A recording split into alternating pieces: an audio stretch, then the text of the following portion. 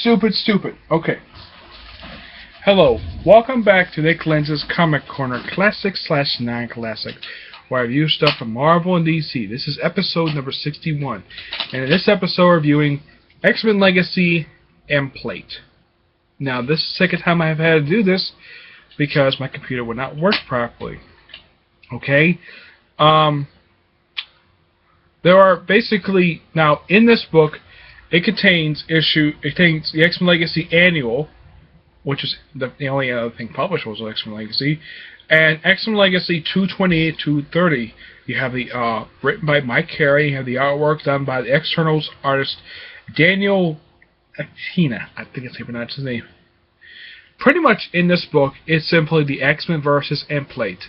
Though only a small handful of the X-Men actually do anything in this freaking book. And you also have Wolverine. You have pretty much most of the characters reduced to nothing in this book. I mean, the only characters that get like screen time in this entire story is Cyclops, which is quite obvious. He's gotta have something to do. Cyclops, Rogue, Bling. You have Trace get a little bit of screen time. Let me think. Of course, you got Emplate and his associate DOA. I'm not kidding. This is what Emplate looks like in the comic. Yeah, this guy here, this is a different artist rendition of him, but that's Emplate. DOA is... Let's see if I can find a artist rendition of him. Let's see.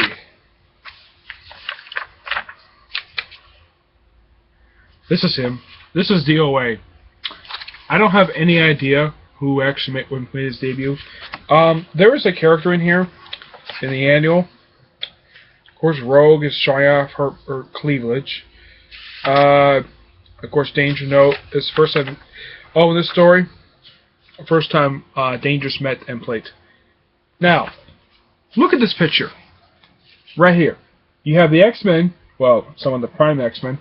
You have them all suited up, ready to fight Emplate. Okay. But there's a tad problem. They fight him for what? 1, 2, 3. 3 pages. That's it.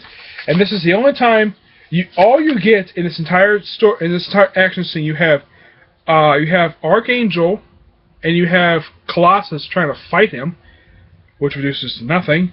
You have Warpath punching him. And, of course, he knows Warpath. And you have Nightcrawler doing pretty much nothing. You have Pixie doing nothing. Wolverine barely gets a scratch on him. And, bam, that's it. And what does the X-Men do with this battle?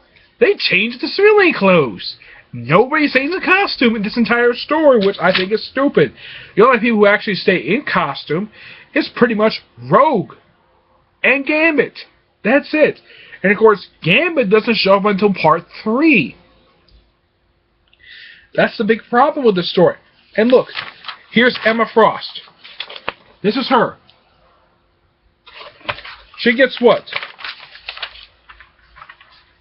I mean, if you look in this entire book, she gets... Okay. Also, she shows up in this panel. Does she show up in the group shot? Nope. You have these characters pretty much standing around, doing nothing. Of course, you have a picture of Avalanche. Oh, and this character, if anybody's watching, please tell me in the comments who this lady is right here, because I have no idea who she is. I know who he is. That's Avalanche.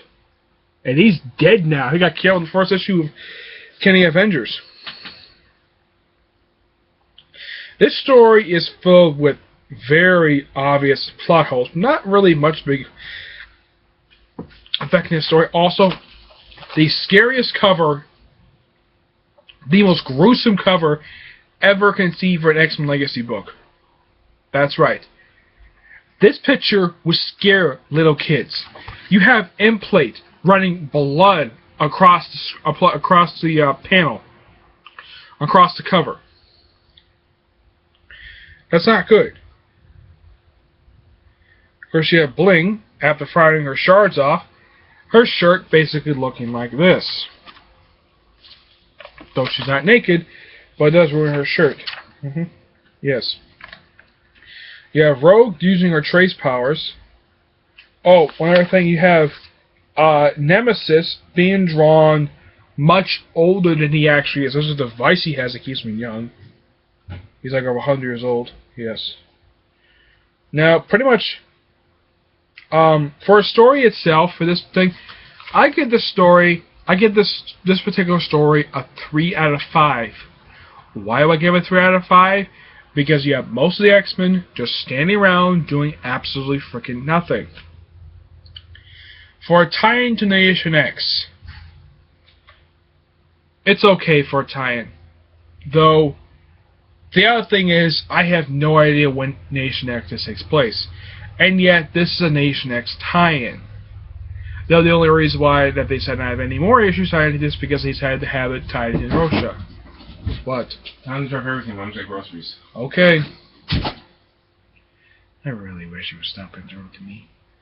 So, 3 out of 5. Why? Because almost the X-Men do pretty much nothing in this story.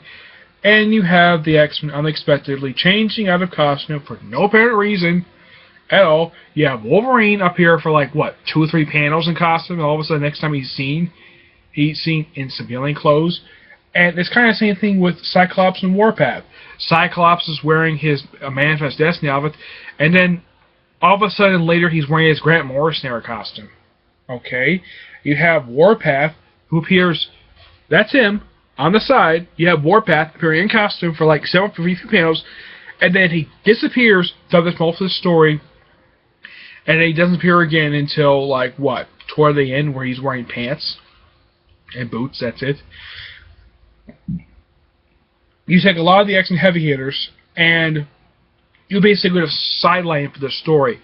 This is supposed to be a dramatic story, okay?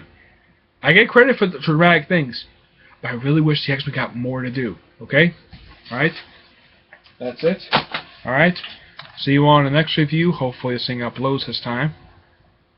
Which will be episode number 62. This is episode 61. See you all there. Bye.